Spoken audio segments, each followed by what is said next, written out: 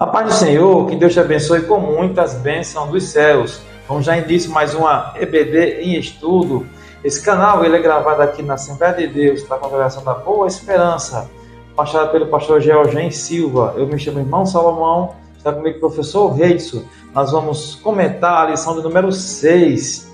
Essa lição tão boa, um trimestre tão maravilhoso, que tem como tema principal em defesa da fé cristã, combatendo as antigas heresias que se apresentam com nova aparência. Uma lição muito excelente, maravilhosa mesmo. Eu espero que você esteja acompanhando essa lição e esteja aprendendo muito mais com a palavra do Senhor. Antes da gente comentar a lição número 6, eu peço que você se inscreva no canal, deixe o like, comente a lição. Quando você deixa um like de joinha, o YouTube ele entende que é um conteúdo relevante e assim ele vai passando para outras pessoas. E assim a palavra de Deus ela é proclamada aos quatro cantos da terra. A lição número 6 ela tem como tema: o filho é igual com o pai. O texto óbvio que eu digo que é a primeira base da lição está lá em Hebreus, capítulo 1, versículo número 8, que nos diz assim: mas do Filho diz, ó Deus, o teu trono subsiste pelo século dos séculos, cetro de equidade é o cetro do teu reino. A verdade prática nos diz assim: o termo teológico, Filho de Deus, é título, sendo assim, a existência de Jesus é desde a eternidade junto ao Pai.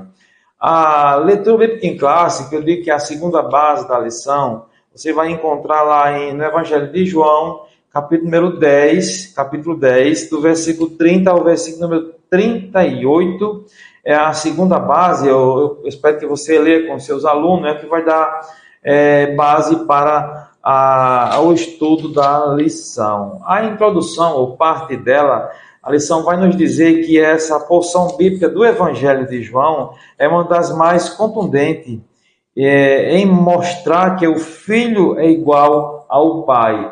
É tema de muito estudo, de muita polêmica, sim. É um texto muito maravilhoso, mas ele vai mostrar ali que o Pai é juntamente com o Filho. Ele diz também, afirma que Jesus é o Filho de Deus, mas não o próprio Deus. É uma contradição em si mesmo. Ele fala aqui, é uma contradição, mas não é bem assim. O embate de Jesus com os religiosos do Templo de Jerusalém revela essa verdade. E houve esse debate, você vai ver que em João, aqui ele relata esses versículos de João, capítulo 10, versículo 30 ao 38, vai começar ali aquela conversa de Jesus com os que estavam lá nesse momento. E houve aquele embate, aquela discussão, certo? Mas Jesus mostra ali num termo muito explicativo quem ele é, para que ele veio. Não é isso, irmão Reis? Exatamente. Então, vimos aí, então, essa ideia, né? Essa introdução, vai falar sobre algumas heresias, essa questão também de Jesus como Filho de Deus, né? Se ele é superior, se é inferior, se ele é igual, né? Então, nós vamos ver, então, aqui, né, com base na lição, no comentarista, nos textos bíblicos, vamos observar, então, que o Filho é igual com o Pai. Então, o primeiro tópico da lição, a doutrina bíblica da relação do Filho com o Pai. Então, esse primeiro tópico vai falar desta relação, a relação do Filho, né, com o Pai. Ideia de filho, é o primeiro ponto, né, desse primeiro tópico, ideia de filho. Então vamos aqui, o comentarista vai mostrar a ideia de filho no conceito judaico, né, no pensamento judaico, como é que eles, essa expressão, né, como é que eles entendiam, como é que eles compreendiam. Então vamos observar aqui no conceito do pensamento judaico, né, implica, quer dizer, é sinônimo de quê? De igualdade com o Pai. Então, quando Jesus vinha falar, né, filho de Deus, a ideia não é apenas de uma linhagem, que existe um pai e um filho, mas a ideia de que ele é o próprio Deus, né, de igualdade. É quando o filho ele se coloca na mesma condição do pai, filho do homem. Então ele vai colocar, quando a expressão filho do homem, quer dizer que é a igualdade ali de humano. Então, filho de Deus, na mesma igualdade de Deus. Então, quando sempre Jesus, o próprio Jesus fala, né, filho de Deus, sou filho de Deus, em várias passagens, então isso está mostrando o seguinte, que ele não é apenas filho de Deus, mas também ele é o próprio Deus, né? Os fariseus, aqui um dos grupos daquela época, como foi falado aqui na introdução, já tinha essa compreensão, mas algumas heresias que surgiram ao longo do tempo, né, que hoje se encontra, aí vamos ver no último tópico, presente em algumas religiões e algumas seitas, né? Ele não vem dizer o contrário, vem dizer que Jesus não é filho de Deus, que ele é inferior, né? Ou que se for um Deus, é um Deus com menos poder, suborno. Não, mas vemos claramente aqui, né, que a ideia, então toda vez que nós vemos na Bíblia filho de Deus, ele vai falar justamente isso, né? Essa ideia de que ele é igual a Deus, né? E aqui o comentarista ele continua.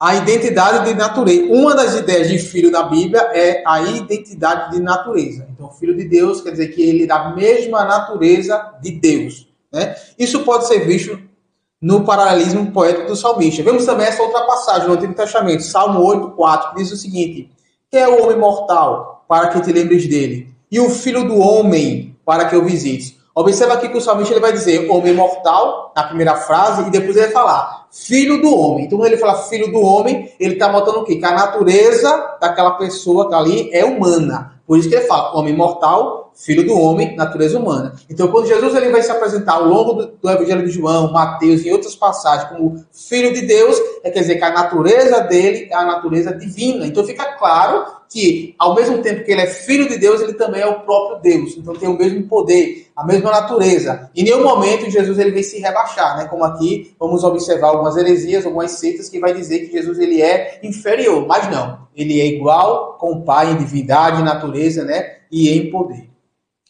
Amém. O segundo ponto do primeiro tópico vai concordar ou corroborar com isso que Reis está falando, que é o significado teológico.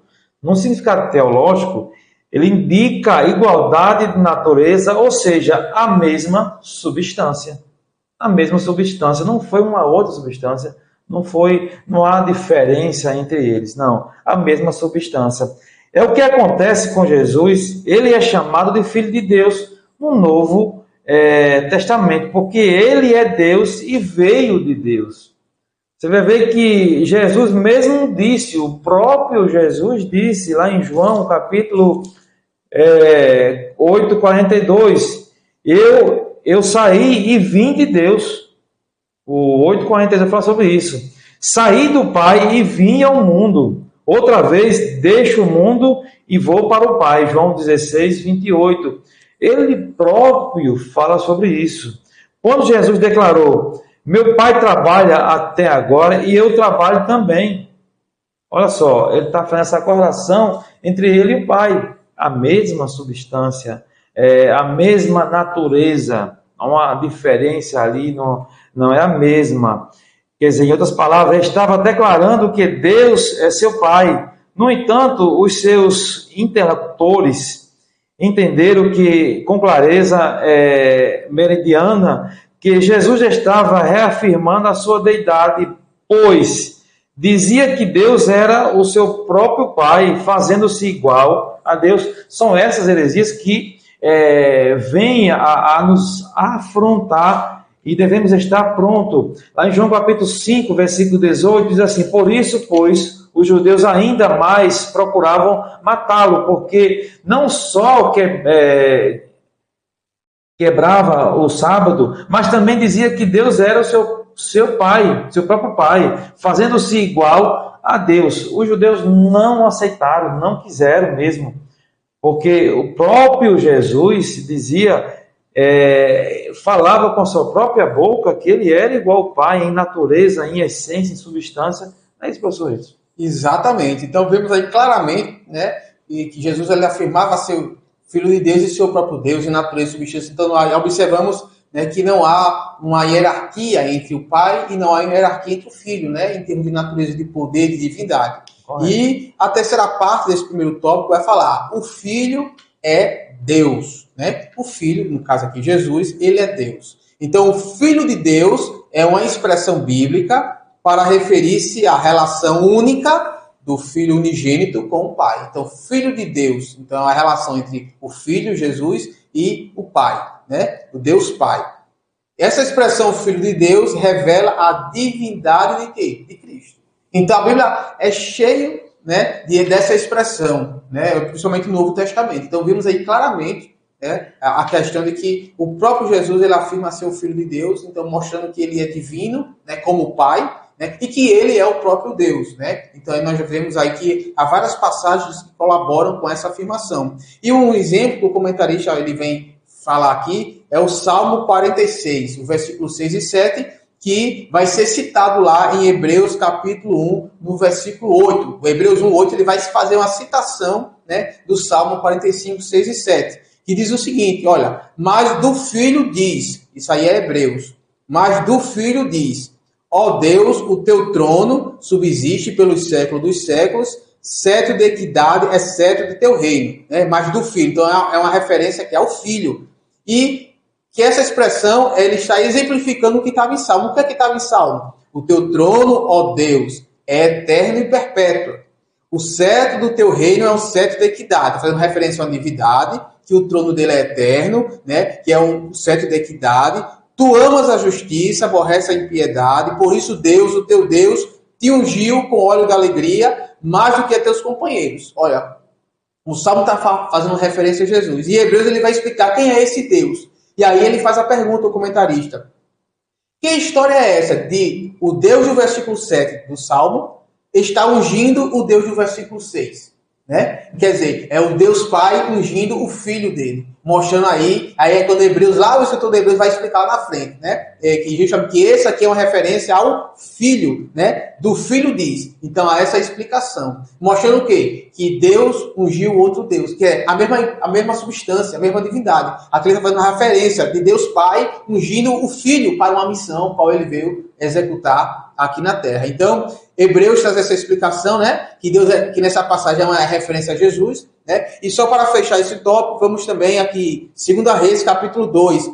Só a primeira frase aqui do versículo 3. Então, os filhos dos profetas. O que quero dizer com isso? É uma referência que o comentarista ele vai dizer. Quando a Bíblia fala filho dos profetas, ele está dizendo que aquelas pessoas também eram profetas ou da ordem dos profetas. Então, no Antigo Testamento era muito comum, filho dos profetas, quer dizer, aquele grupo de pessoas ou era profeta ou da ordem dos profetas, então eram profetas. Igual Deus, filho de Deus. Então, Jesus é da ordem da divindade. Então, Jesus é o próprio Deus. Então, é só para clarear que no Antigo Testamento havia essa mesma linguagem. Então, era bem claro para os judeus naquela época, quando Jesus falava filho de Deus.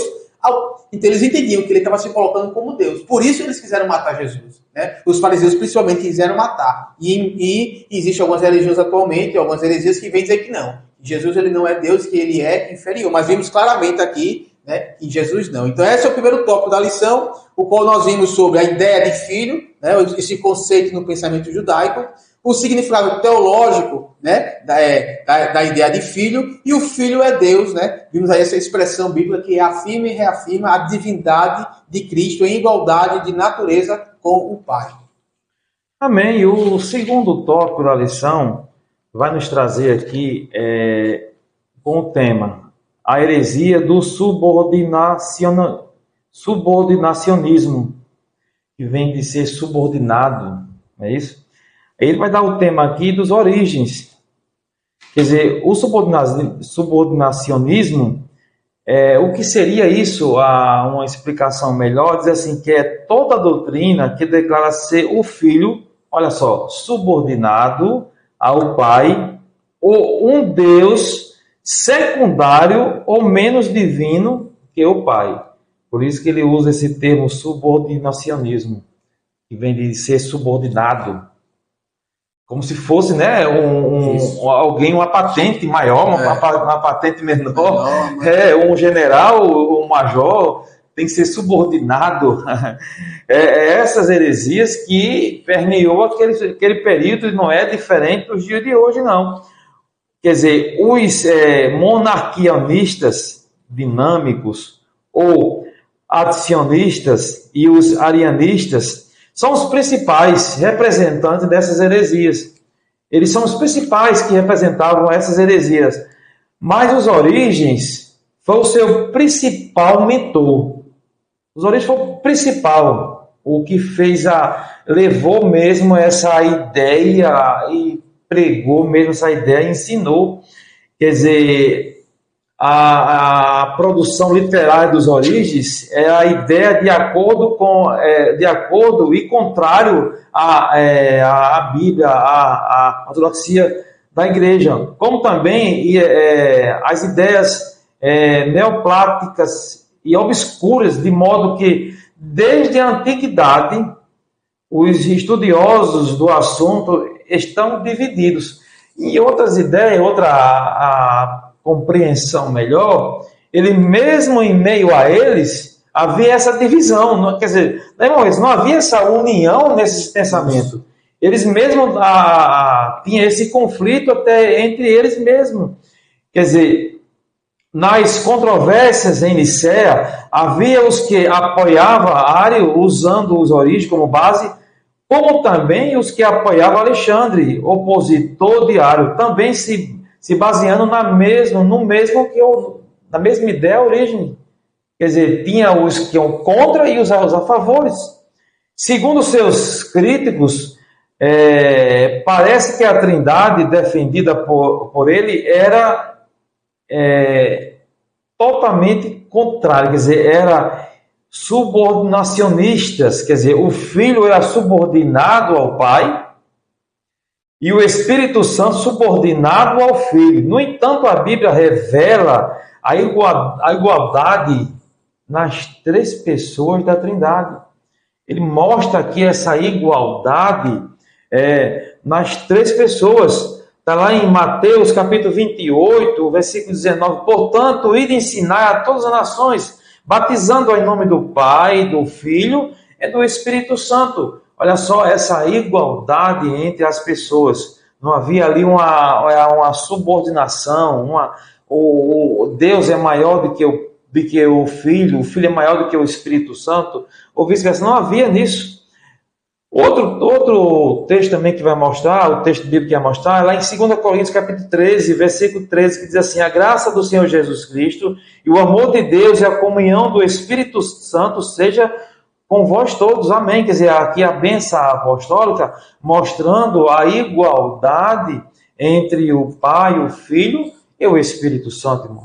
Exatamente. Então, observamos aqui, então, que na igreja primitiva, nos primeiros séculos, havia, então, muitas discordâncias, muitas heresias, muitos ensinamentos, que iam em conflito contrário à ortodoxia da igreja, como foi aqui citado nesse primeiro ponto. E o segundo ponto é uma continuação. Ele vem explicar justamente no período pré-niceno. Esse período pré-niceno é aquele período ali do fim da era apostólica até o concílio de Nicéia, no século III. Então, no século II e no século III, nesse primeiro momento da igreja, no surgimento das igrejas, dos pais da igreja, do início da teologia, vemos então o surgimento desse subordinacionismo. Então, é uma ideia que vem desde ali o início da igreja primitiva. Então, após a era apostólica, surgem alguns outros ensinamentos, algumas heresias, alguns líderes que vêm justamente, como foi aqui já citado, três, que eram os principais representantes, vêm justamente defender essa ideia. E vimos então, Então, alguns deles tentavam justificar e preservar o monoteísmo. E de forma equivocada, acabava negando a divindade absoluta de Jesus. Ao tentar mostrar Jesus como Deus, por vezes para poder fortalecer o monoteísmo, acabava, de forma equivocada, negando a divindade de Cristo.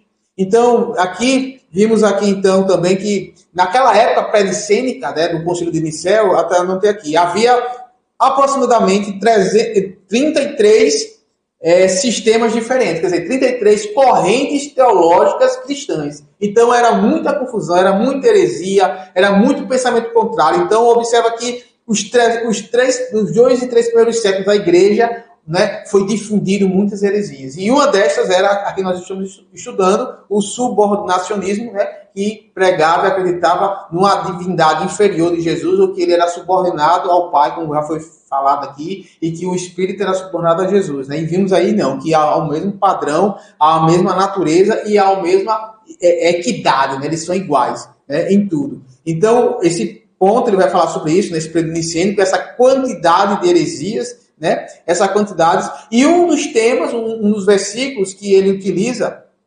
né, para mostrar que o Filho de Deus é inferior ao Pai, né? E eles dizem, olha, o próprio Cristo afirmou isso. Tá? O comentário vai falar, ó, eles afirmaram que o próprio Cristo declarava a sua inferioridade. Mas, na verdade, aqui eu vou citar o texto que eles citam, que é João 14, versículo 28, né? Um texto em que Jesus ele vai deixar a paz, ele vai iniciar, deixo-vos a paz, a minha paz vos dou, não vou lá dou como o mundo dá, mas não se turbe o vosso coração, nem se atemorize. E aí, no final do versículo 28, ele vai falar o seguinte, ó, ouviste que eu vos disse, vou e venho para vós. Se me amasseis, falando para os discípulos, se vocês me amam, certamente exultareis, porque eu disse, vou para o Pai, porque meu Pai é maior do que eu. Quando Jesus vem falar assim que o Pai é maior que ele, aqui é o momento de despedida, né, o contexto de que, ó, eu tenho que ir, porque eu tenho que cumprir uma missão. Vai ser necessário eu morrer. E quando ele fala, então, o Pai é maior do que eu, é o seguinte, é porque a missão que o Pai me deu é maior. Vocês vão ficar tristes porque eu vou ter que ir, mas se eu não for, se alegre, porque eu estou cumprindo a vontade do meu Pai, porque eu tenho uma missão, que era a missão redentora da humanidade. E vemos lá em Filipenses, no capítulo 12, vai falar, né, que ele, sendo igual a Deus, não usurpou, né, mas ele se esvazia e se rebaixa à forma de homem. Então, olha, ele ao ser homem, ele se rebaixou a ser homem, mas ele era igual a Deus. Então, observa aqui o mesmo versículo na Bíblia, né? Aqui, ó. Então, quando ele fala, Pai é maior do que eu, é nesse sentido. Olha, o Pai tem uma missão e eu tenho uma missão. A minha missão aqui é vir, né, morrer, ressuscitar e resgatar a humanidade. Então, eu tenho que cumprir essa missão que foi dada pelo Pai. Então, por isso que o Pai é maior que eu, no sentido que a missão é maior.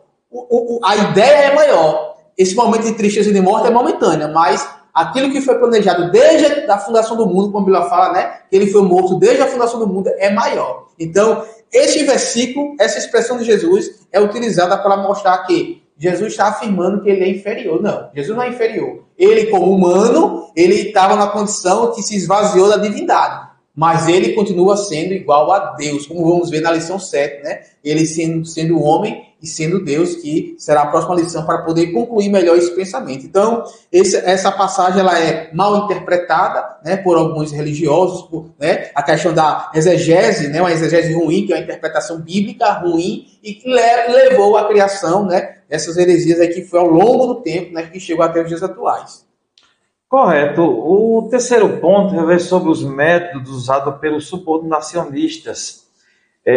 Quais os métodos que ele usava?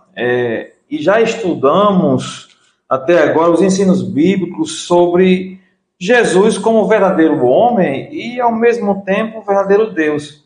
A gente tem estudado sobre isso, a Bíblia é comprovada categoricamente sobre cada um desses pontos. Mas esses grupos subordinacionistas, eles pensam as escrituras aqui e ali, se utilizando das passagens do Novo Testamento que apresentam o Senhor Jesus como homem. Quer dizer, eles só separam os textos que falam da parte que Jesus se refere como homem. Como Deus, eles descartam e não servem para ele. Então, eles usam esses métodos e tomam os lugares e ensinam mesmo. E você pensa que é diferente dos dias de hoje? Não é diferente, não. Há algumas igrejas aí que ensinam que Jesus é só um profeta, é só um homem comum, morreu e nunca ressuscitou. Ensina que Jesus não é Deus. Então, só mudou a roupagem diferente, mas ainda os métodos são os mesmos. Está presente no nosso dia a dia. Então, os métodos que essas pessoas usavam era esse. Olhavam o texto do Novo Testamento que falava que Jesus era homem e descartavam e desconsideravam as que afirmam que Jesus é Deus igual ao Pai. Certo? Com isso, concluímos aqui no nosso segundo tópico e vamos adentrar no nosso terceiro tópico agora. Exatamente. Então, o terceiro tópico e o último da lição, né? Vamos aqui citar aqui, pelo menos duas, né? Uma religião, uma seita, né? Que tem essa característica, que traz consigo, né? Essa doutrina do subordinacionismo. Então, o terceiro ponto da lição, o terceiro tópico vai falar como o subordinacionismo se apresenta hoje. Então, existe algumas religiões, existem algumas heresias, algumas seitas, né, que tem no contexto, que tem essa imagem e essa percepção de que Jesus ele é inferior a Deus e que talvez ele nem fosse Deus, né? É o que esses aqui acreditam. Vemos o primeiro ponto, que é no contexto islâmico. Então, uma das religiões que acredita que Jesus, né, ele não seria Deus, não tem essa igualdade com o Pai, é o islamismo. Então, o islamismo não considera Jesus como filho de Deus, mas como Messias e profeta. Então, para os islâmicos, os islamitas, os muçulmanos, Jesus, ele sim, ele é um grande profeta, com pé de igualdade de Moisés, né? Que ele teria vindo aí como mensageiro. Então, ele era um mensageiro, né? Eles acreditam em João Batista, em Elias, em Moisés, mas aí Jesus estaria no mesmo patamar. Ele não é filho dele, ele é apenas um profeta, um Messias, enviado para o seu povo, no caso ali o povo judeu, para falar a respeito do único Deus, que na percepção deles é Alá, né? Na percepção dele. Então, Jesus ele é colocado no islamismo como um profeta, então, né? Como um mensageiro, como um profeta, né? E que o último profeta seria o Maomé, que é o qual eles acreditam aí que foi revelado a última revelação de Deus, o qual veio trazer o Alcorão. Então, há essa percepção errônea, né, dos islâmicos, dos muçulmanos, né? E eles dizem que seria uma blasfêmia considerar Jesus um Deus. Então, eles nem consideram Jesus Deus. Né? Imagine ter a mesma divindade do Pai, porque para ele seria uma blasfêmia, né? nessa questão. E aí, um comentarista, ele é até interessante, ele vai trazer até uma passagem, né? Embora algumas heresias não acreditem, né, ser Jesus, né, o seu próprio Deus, ser a própria divindade, ou uns acreditam que ele é apenas homem, outros dizem que é uma divindade subordinada. Vemos em Marcos capítulo 5, versículo 7, né? Os próprios demônios reconhecem que Jesus é divino, né? Como ali no Gadareno, quando ele vai se encontrar, né? O que é que vai dizer? E chamando com grande voz, disse, né? O endemoniado para Jesus: que tenho eu contigo, Jesus, filho do Deus Altíssimo. Olha, isso aqui, o endemoniado, né? Ali ele reconhece que Jesus é filho do Deus Altíssimo. Quando ele fala filho do Deus Altíssimo, ele está colocando Jesus na mesma pé de igualdade de divindade, como já vimos aqui no primeiro ponto. Então, olha, se os próprios demônios reconhecem que Jesus é Deus, né, por que aqui outras heresias, essas religiões não acreditam nisso? Colocam Jesus como se fosse subordinado. Então, é um exemplo, né, claro aqui, né, dessa questão de que Jesus, ele é Deus, né, filho do Deus Altíssimo. Então, a expressão filho de Deus no Novo Testamento significa a sua origem e a sua identidade. Né? Não segue o mesmo padrão humano, né? Que os filhos são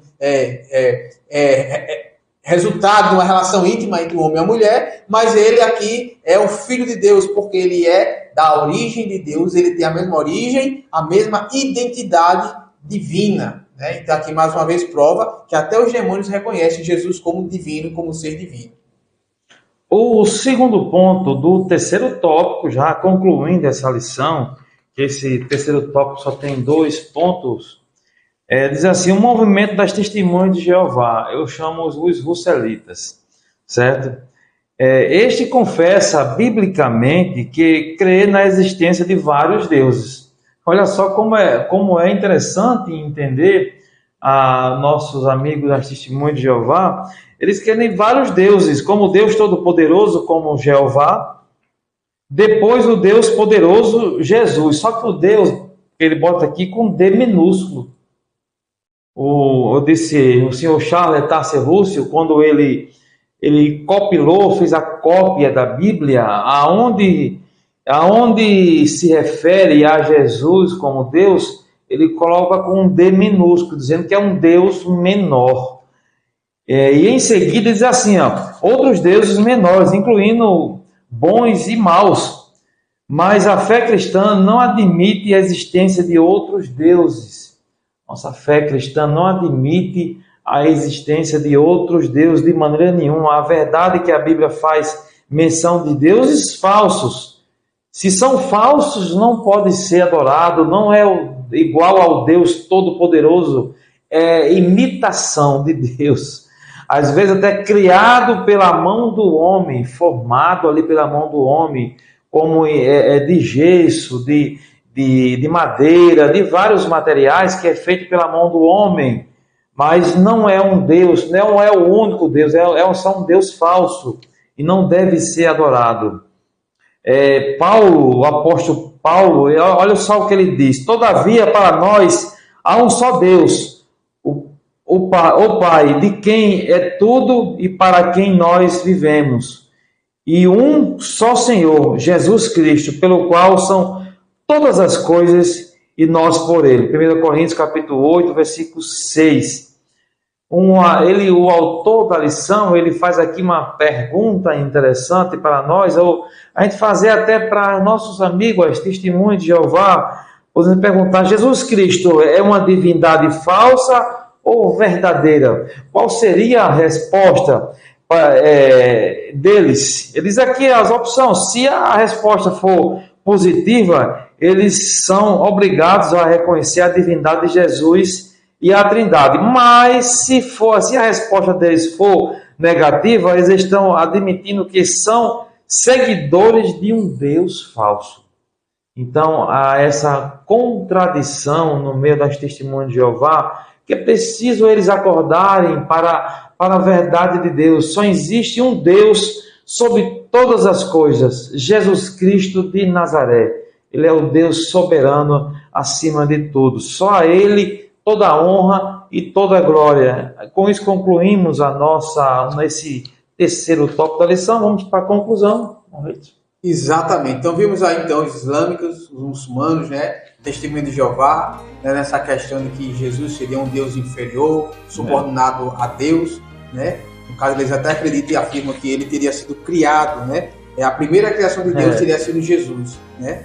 Então, por isso que Jesus seria numa posição inferior. Mas vimos aí algumas de várias outras que não está na lição, né? Afirmando e vendo aí que Jesus Cristo ele tem a mesma divindade. Vimos na lição 4 sobre a Trindade, vimos aí, né, que todos são ali da mesma divindade, mesma natureza, igualdade em poder, em glória e em majestade. Então, concluindo a lição, né, o comentarista vai falar que o termo filho, né, como já vimos, em relação a Jesus tem sido assunto de debate. Vimos aí realmente um debate teológico que se arrasta desde a igreja primitiva. Depois da era apostólica vem surgindo essas heresias e vem se arrastando, né, esses debates sobre a filiação de Jesus. A interpretação bíblica que se faz de Jesus é o filho unigênito, quer dizer, o único filho, né, nessa questão.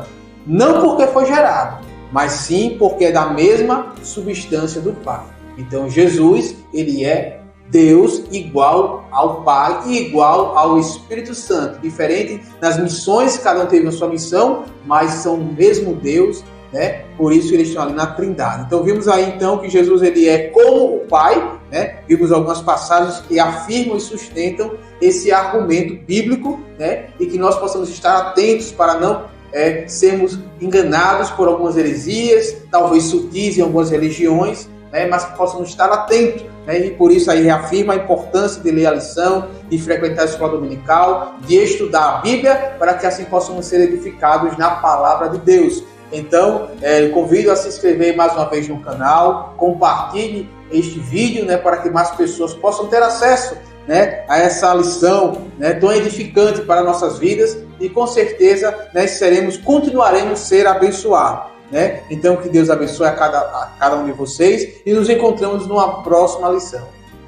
Amém. Que Deus nos abençoe com muitas bênçãos dos céus.